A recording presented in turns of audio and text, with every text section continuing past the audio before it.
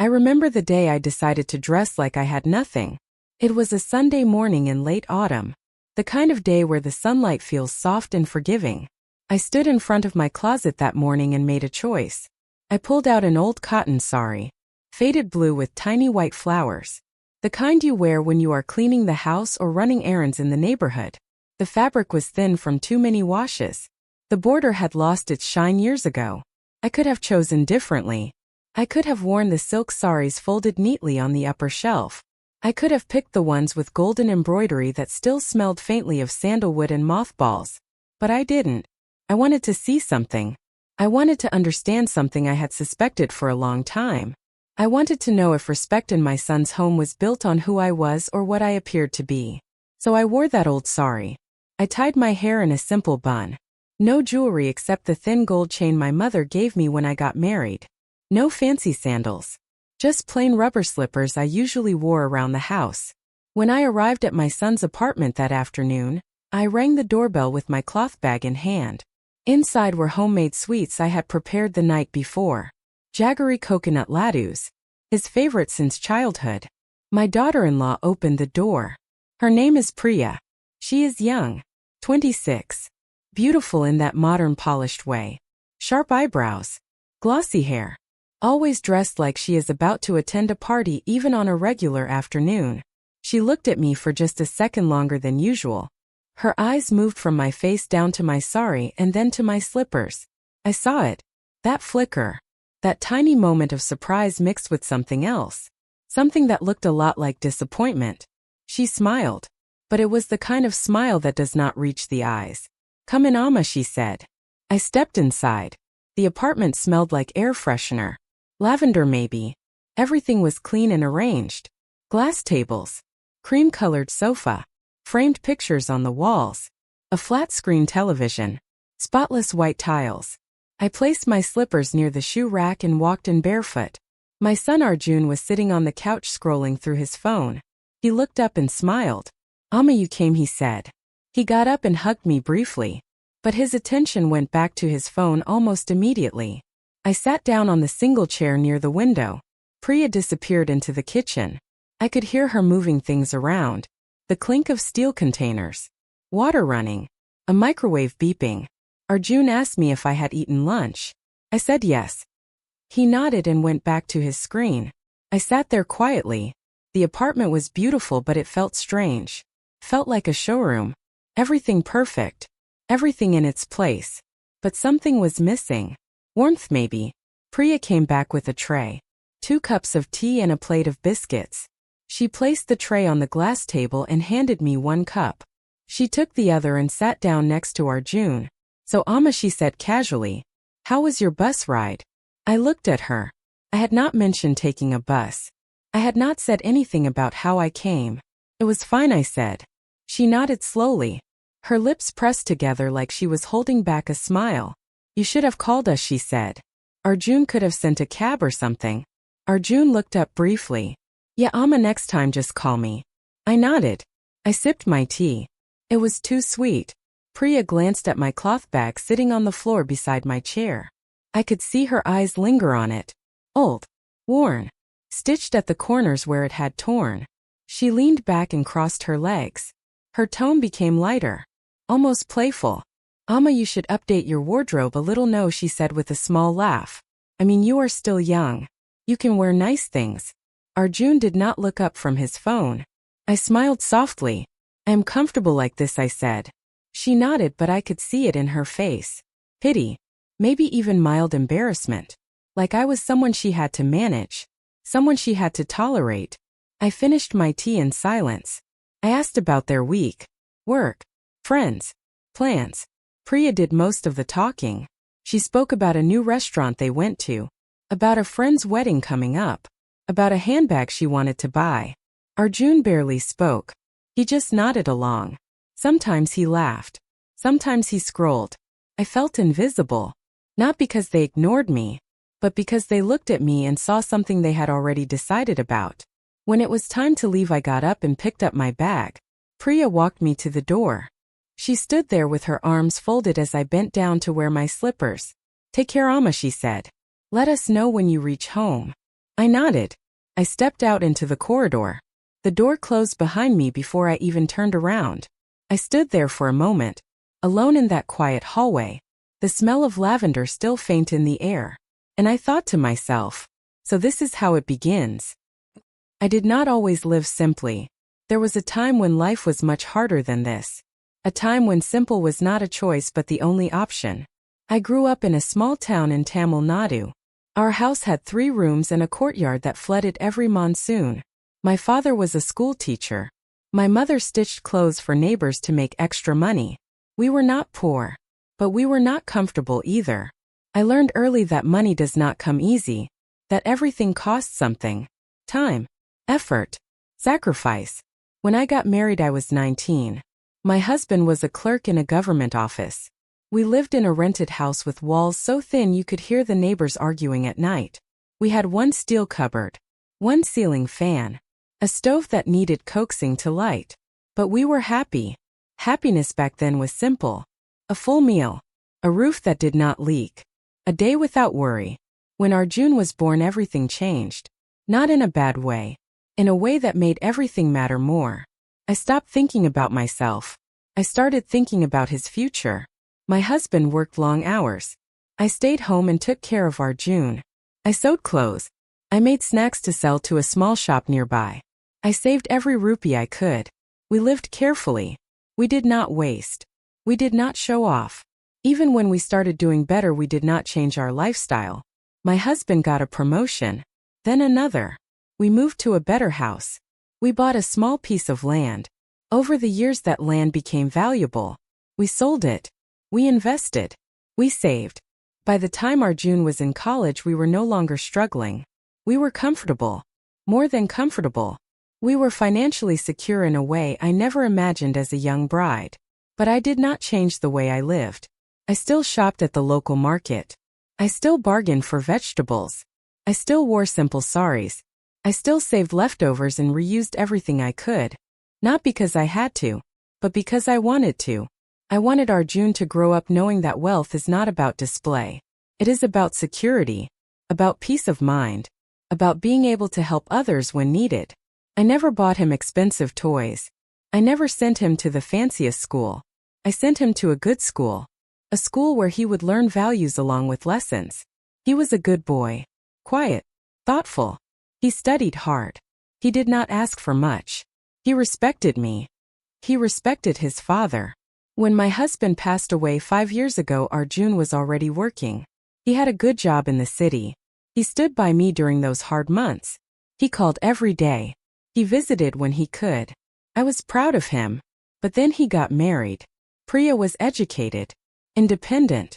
She had her own career. I had no problem with that. I liked that she was confident. But somewhere along the way, I started noticing small changes in Arjun. He started talking more about brands, about cars, about where people vacationed, about what his colleagues owned. He started comparing. I did not say much. I thought it was just a phase. I thought marriage brings new perspectives, new influences. But when I visited them, I began to feel it. The weight of judgment. Priya never said anything directly, but her eyes said plenty. The way she looked at my clothes. The way she straightened up when I entered a room like she was preparing to manage an awkward situation. She was polite. Always polite. But politeness without warmth is just performance. I decided to test something. I decided to see how far that politeness would go if I looked like I had nothing. So I started dressing down whenever I visited. Old saris. No jewelry. Cloth bags. Rubber slippers. I stopped mentioning my finances. I stopped talking about my investments or my properties. I played along. I let them assume. And slowly the mask started slipping. It started with small comments. "Amma, you should not strain yourself too much," Priya said one evening. "If you need anything, just let us know." She said it kindly, but there was something underneath. A tone that felt like charity. Another time she offered to buy me a new sari for a family function. "Amma, I will get something nice for you," she said. "Do not worry about the cost." I thanked her and said I already had something to wear. She looked disappointed, like I had refused her generosity. Arjun said nothing. He just nodded along. Then came the jokes. We were sitting in the living room one evening. Priya was on a video call with her friends. I was in the background folding some clothes I had washed earlier. One of her friends asked who I was. "Oh, that is my mother-in-law," Priya said, laughing. "She is very traditional. Very simple lifestyle, you know." Her friend said something I could not hear clearly. Priya laughed louder. "Yeah, I know, right? Old school." I did not react. I kept folding. But I heard it. I felt it. A few weeks later, Priya invited some relatives over for lunch. Her aunt and uncle. Her cousin. It was a weekend and Arjun was home too. I was sitting quietly in the corner. Priya was serving tea and snacks. She was dressed in a designer kurta. Hairstyled. Makeup perfect. Her aunt looked at me and smiled politely. She asked how I was doing. "I'm well," I said. Priya interrupted with a laugh. "Amma is very low maintenance, auntie. Very simple. She does not like fancy things." Her aunt nodded. "Oh, that is nice. Simple living is good." But Priya continued. "Yeah, she does not even like using smartphones much. Very old generation thinking." Her cousin smiled. "That is sweet, actually." Priya shrugged. "Yeah, but sometimes it is hard, you know. Arjun and I are so used to convenience. Amma still prefers doing everything the hard way." Arjun was sitting right there. He did not say a word. I smiled and stayed quiet. But inside something tightened. Later, when everyone left, I heard Priya talking to Arjun in the kitchen. "Your mother is sweet, but she really needs to update herself a little." Arjun laughed softly. "She is happy the way she is." "I know, but still. When people visit, it feels a little awkward, no? Like she does not fit in." Arjun did not reply. I stood outside the kitchen door. I did not move. I just listened. That night I went home and sat by the window. The city lights blinked in the distance. I thought about everything I had heard, everything I had felt, and I realized something. They had no idea who I was. They saw my clothes and made a story. They saw my simplicity and called it backwardness. They saw my silence and called it weakness. But I was none of those things. I was choosing to be invisible. And in that invisibility I was seeing the truth. The comments became more frequent. Priya started making little remarks every time I visited. "Amma, why do you carry that old bag? I can get you a nice new one. Amma, those chappals look so worn out. Let me buy you something better. Amma, you should try wearing lighter colors. It will make you look younger." Each time she said it with a smile. Each time Arjun said nothing. I started noticing how she behaved when I was around versus when I was not. One day I arrived a little earlier than expected. I had told them I would come in the evening, but I finished my errands early and reached by afternoon. I knocked on the door. Priya opened it looking surprised. "Oh, Amma, you are early," she said. "Yes, I finished quickly," I said. She let me in, but I could see she was distracted. She was on a phone call. She gestured for me to sit and went back to talking. I sat down. She was pacing near the balcony talking loudly. "No, I told you," she said into the phone. His mom is very like that. Very village-type mentality. She does not understand modern things at all. She laughed. "I am not being mean. I am just saying. She is sweet but so outdated. Like she still thinks spending money is a sin or something." I kept my face still. I did not move. She continued talking for a few more minutes. Then she hung up and turned around. She saw me sitting there and her face changed. Just for a second. Flash of something. Guilt maybe. Or fear that I had heard. She smiled quickly. "Sorry, Amma. Work call." I nodded. "It is okay." She sat down across from me. She started asking me casual questions. How was my day? Did I eat? The usual. But the air felt heavy. When Arjun came home that evening, Priya was extra sweet to me. She made tea. She served snacks. She sat next to me and asked about my health. Arjun looked pleased. He smiled at both of us like everything was perfect. But I knew what I had heard. Another time we went to a family wedding together. It was Priya's cousin's wedding. A big event. Held in a 5-star hotel. Lots of guests. Lots of glitter. I wore a simple silk sari. Nothing fancy. Priya wore a heavy lehenga. Jewelry that sparkled under every light. Arjun wore a blazer. We entered the hall together. People greeted us. Priya introduced me to a few relatives. "This is my mother-in-law," she said each time. Some smiled warmly. Some nodded politely. But I noticed how Priya positioned herself. She stood slightly ahead of me. She spoke louder. She made sure people saw her first. At one point a relative asked me where I was from. I told her. She asked what I did before retirement. I said I managed a few properties and investments. Oh, that is nice, she said. Priya jumped in quickly. Yeah, Amma is very private. She does not like talking about herself much. The relative smiled and moved on. Later during dinner I sat at a table with some older guests. Priya sat with her friends at another table. I could see her laughing, talking loudly, posing for pictures. Arjun was somewhere in between, moving from table to table, shaking hands, smiling. I ate quietly. I watched. After dinner, as we were leaving, Priya was talking to one of her friends near the exit. I was standing a few steps behind waiting. Her friend glanced at me and said something softly to Priya. Priya laughed. Yeah, I know. But what to do? She is family. Her friend smiled and they both walked ahead. I followed slowly. My feet were hurting from standing too long. My sari pala kept slipping. But I kept walking. When we reached the car, Priya was already inside scrolling through photos on her phone. Arjun opened the door for me. I got in. The drive home was quiet. Priya showed Arjun pictures from the wedding. He commented on a few. She laughed. I looked out the window. The streets were lit up. People were walking, living their lives. I wondered when my son stopped seeing me, not as a responsibility, not as someone to manage, but as a person. As his mother. The breaking point came during a small gathering Priya organized at their home.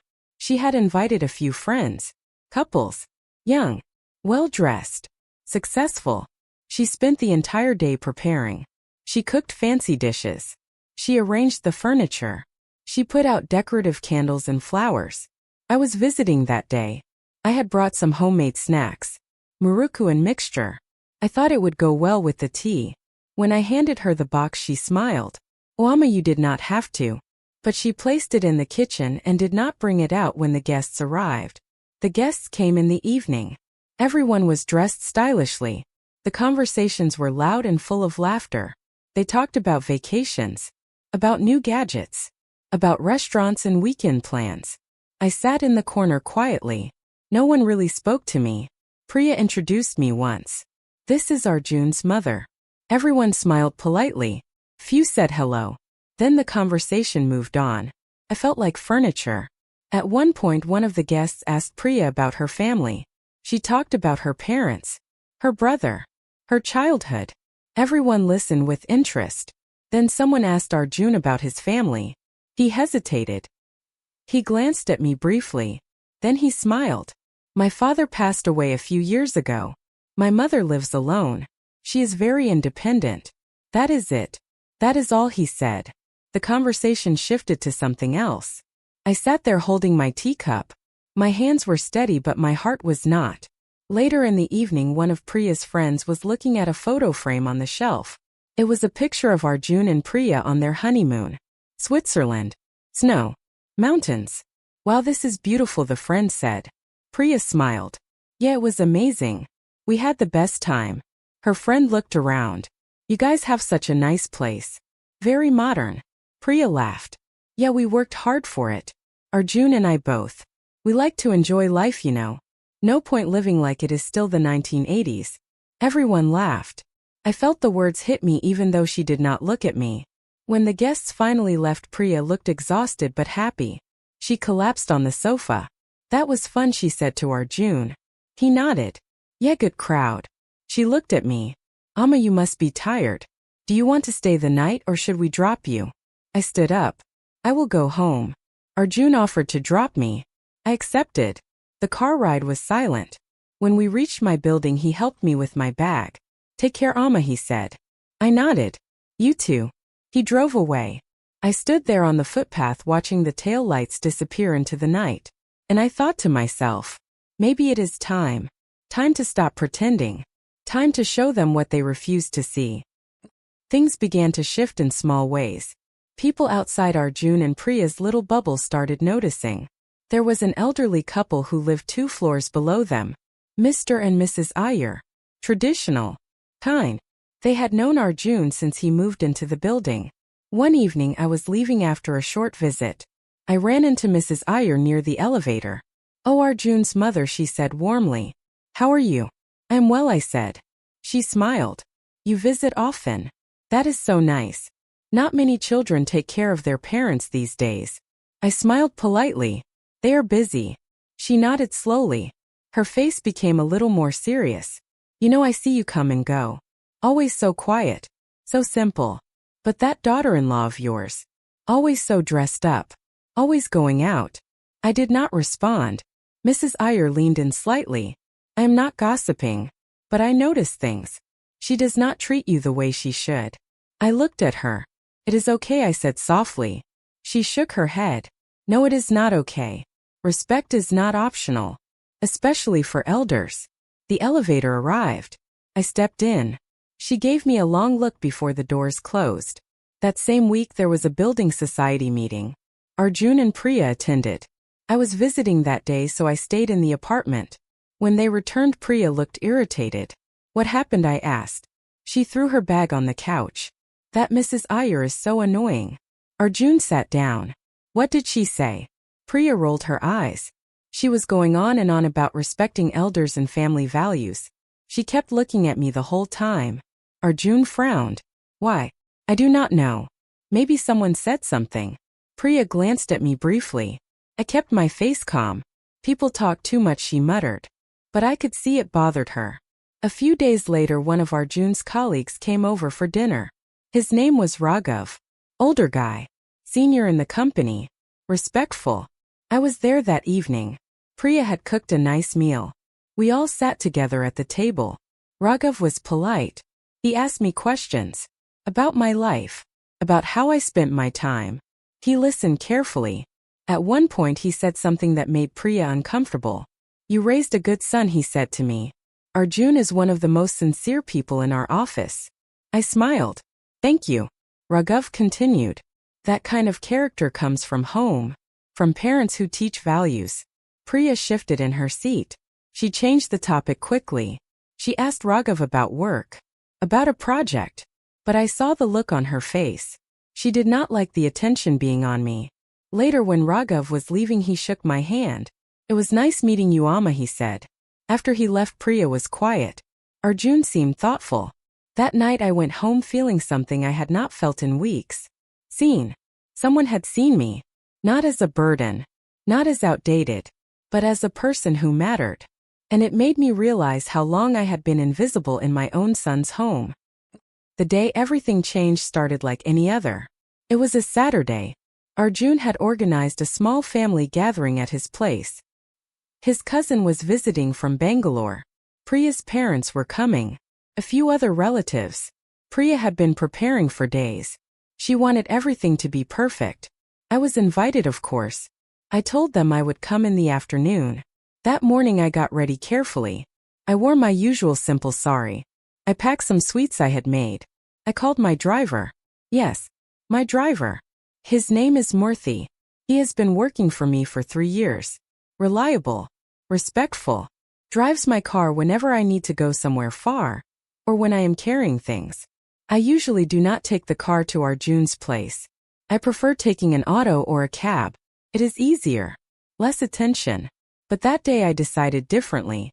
I called Murthy and told him to bring the car. My car. A silver Mercedes. Not flashy. Not brand new. But unmistakably expensive. I did not tell Arjun I was coming in a car. When we reached the apartment building, Murthy parked right in front of the entrance. He stepped out and opened the door for me. He was wearing his uniform. Neat. Professional. I got out slowly. I adjusted my palu. I picked up my bag. Murthy asked if I needed him to wait. I said yes. I walked toward the entrance. A few people were standing near the lobby. Neighbors. Yes. They looked at the car. Then at me. I kept walking. I took the elevator up. My heart was beating steadily. I felt calm. I reached their floor. I walked to the door. I rang the bell. Priya opened the door. She was dressed beautifully. A silk sari. Hair done up. Jewelry. She smiled. Amma, you are here. Then she looked past me. down the corridor, like she was expecting someone else. I stepped inside. The living room was full. Arjun's cousin, Priya's parents, a few others. Everyone was chatting, laughing. Arjun saw me and waved. "Amma, come sit." I walked in and greeted everyone. I sat down in my usual spot, the single chair near the window. Priya brought me water. She was talking to her mother about something. Her father was discussing politics with Arjun. Everything felt normal. Then the doorbell rang. Priya went to open it. It was one of the neighbors, Mrs. Iyer. She peeked in, smiling. "Sorry to disturb. I just wanted to ask whose car is that parked downstairs." "The silver Mercedes. It is blocking the driveway a little." Priya frowned. "Mercedes? I do not know. Maybe some guest in the building." Mrs. Iyer looked confused. "But the driver is still sitting inside. He said he is waiting for someone from this flat." Everyone in the room went quiet. Priya looked at Arjun. "Did you call a car?" Arjun shook his head. "No." Priya looked at her parents. They shook their heads too. Then slowly everyone's eyes turned to me. I looked up calmly. "That is my car," I said. Silence. Priya blinked. "What?" "My car. I asked my driver to bring me today." Priya laughed nervously. Are you joking?" I stood up. "No. Why would I joke?" I walked to the balcony. Everyone followed. I pointed down. There it was, parked right in front. Murthy sitting inside reading a newspaper. "That is Murthy, my driver." Priya stared. Her mouth opened slightly but no words came out. Arjun looked confused. "Amma, since when do you have a car?" I turned to him. "Since 3 years. But you never said anything. You never asked." The room was still. You could hear the clock ticking on the wall. Priya's mother spoke first. "You have a Mercedes?" I nodded. "Yes." She looked at her daughter. Then at Arjun. Arjun stepped forward. "Amma, I do not understand. Why did you never tell us?" I looked at him. At his confused face. At Priya's frozen expression. "Because I wanted to see something," I said quietly. "See what?" Priya asked. Her voice was tight. "I wanted to see how you would treat me if you thought I had nothing." The words hung in the air like smoke. Priya's face went red. "What do you mean?" I took a breath. I stayed calm. "For months I have been coming here dressed simply. I never mentioned my money, my properties, my investments. I let you assume I was struggling, that I was just a simple old woman with nothing." Arjun looked down. "And you know what I saw?" I continued. "I saw pity. I saw embarrassment. I saw jokes. I heard comments about my clothes, my lifestyle, my old-fashioned ways." Priya tried to speak. I never meant." I raised my hand gently. "Let me finish." She stopped. "I have worked my whole life. I built everything I have from nothing. I own 3 properties. I have investments that earn more in a month than most people make in a year. I live simply because I choose to, not because I have to." Priya's father looked uncomfortable. He shifted in his seat. I continued. "I did not need your charity. I did not need new saris or new chat pals. I needed respect. I needed to be seen as a person, not as a burden." Arjun finally spoke. His voice was low. I am sorry. I did not know you felt this way." I looked at him. "You did not know because you did not ask.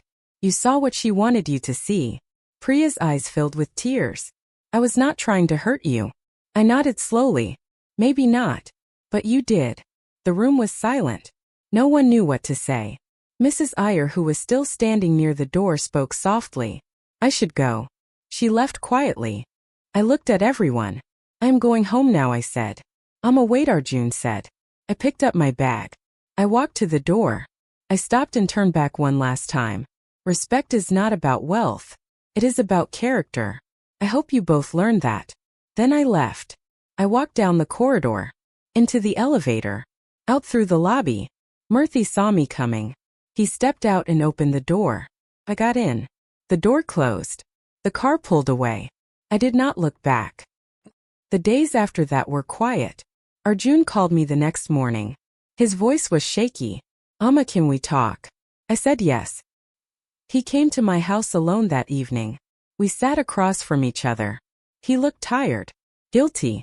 "I do not know what to say," he started. I feel like I failed you. I stayed quiet. I let him speak. I got so caught up in everything. Work. Marriage. Trying to keep up with everyone around me. I stopped paying attention to what mattered. He paused. He rubbed his face with both hands. Priya is not a bad person, Amma. She just got influenced by the people around her. By society. By expectations. I know, I said. But that does not excuse it. He nodded. I know. And I am the most at fault. I should have stopped it. I should have stood up for you. His voice cracked. I should have remembered everything you did for me. He looked at me with wet eyes. I am so sorry, Amma. I reached out and held his hand. It is not too late to change. He nodded. I will. Promise. We sat like that for a while. Mother and son. The way it used to be. A few days later Priya came. She came alone too. She stood at my door looking small. Nervous. Can I come in? She asked softly. I stepped aside. She sat on the edge of the sofa. Her hands folded in her lap. She did not look at me at first. Then she took a breath. I am sorry. I sat across from her. I waited. I was wrong. I judged you. I made assumptions. I disrespected you. Her voice broke. I do not know why I did it. Maybe I was insecure. Maybe I was trying to prove something. I do not know. She wiped her eyes. But it was not right. You did not deserve that. I looked at her. She looked young. Lost. Do you understand why it hurt? I asked. She nodded. Yes. You are his mother. You gave him everything. And I treated you like you were less than us. I leaned forward. Wealth does not make someone worthy of respect. Kindness does. Dignity does. She nodded again. I know that now. We sat in silence for a moment. Then I spoke. I do not expect perfection. I just expect honesty. And respect. She looked at me. Can you forgive me? I thought about it. I thought about everything that had happened. The comments. The looks. The pain. But I also thought about growth. About change. Yes, I said. But forgiveness does not mean forgetting. It means choosing to move forward. She exhaled. Thank you. I made tea. We sat and talked. Really talked. For the first time. She told me about her own insecurities. About how she felt pressure to appear successful. To fit in. To impress people. I told her about my life. About the struggles I faced. About the choices I made. By the time she left that evening, something had shifted. It was not perfect. But it was real. Months passed. Things changed slowly. But they changed. Priya started asking me for advice. About cooking. About managing money. About life. Arjun visited more often. Not out of duty. But because he wanted to. They stopped caring so much about appearances. They started caring more about substance. One day Priya called me. Amma, can you come over? I want to show you something. I went. When I arrived, she took me to the guest room. She had cleared it out. Painted it. Put in a bed. A chair. A small cupboard. This is your room, she said. Whenever you want to stay. It is yours.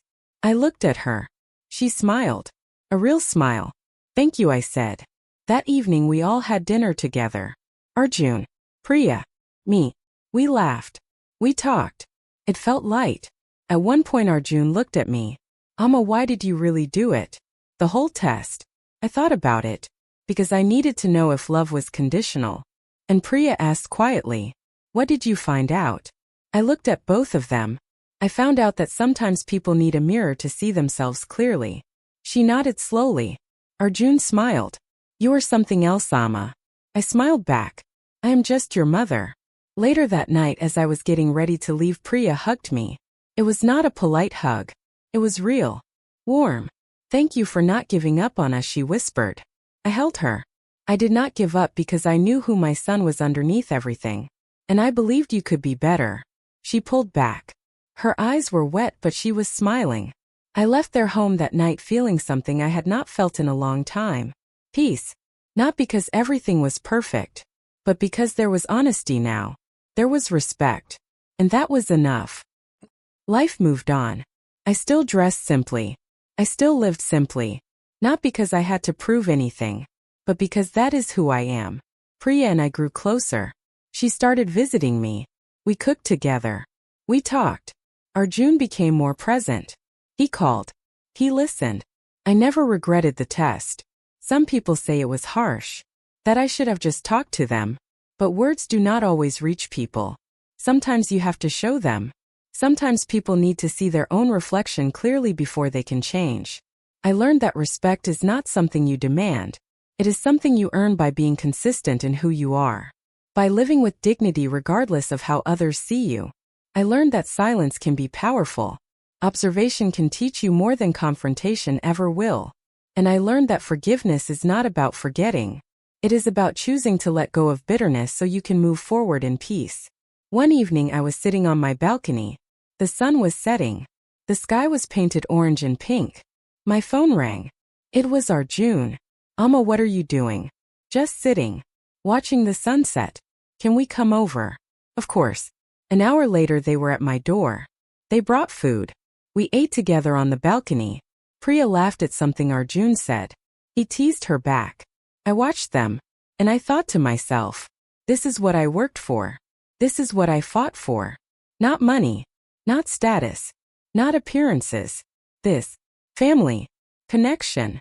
Love that is real and not pretend. Before they left that night, Priya held my hand. Amma, I am glad you are part of my life. I smiled. I am glad too. They drove away. I stood on the balcony watching their car disappear down the road. The night air was cool. The stars were starting to appear. I took a deep breath. I had everything I needed. Not because I had wealth, but because I had something more valuable. I had truth. I had dignity. And I had a family that finally saw me. Not as someone to pity. Not as someone to manage. Not as someone outdated or simple. But as someone who mattered. As someone who loved them enough to teach them the hardest lesson of all. That respect is not given based on appearances. It is earned by who you are when no one is watching. And that is a lesson money can never buy.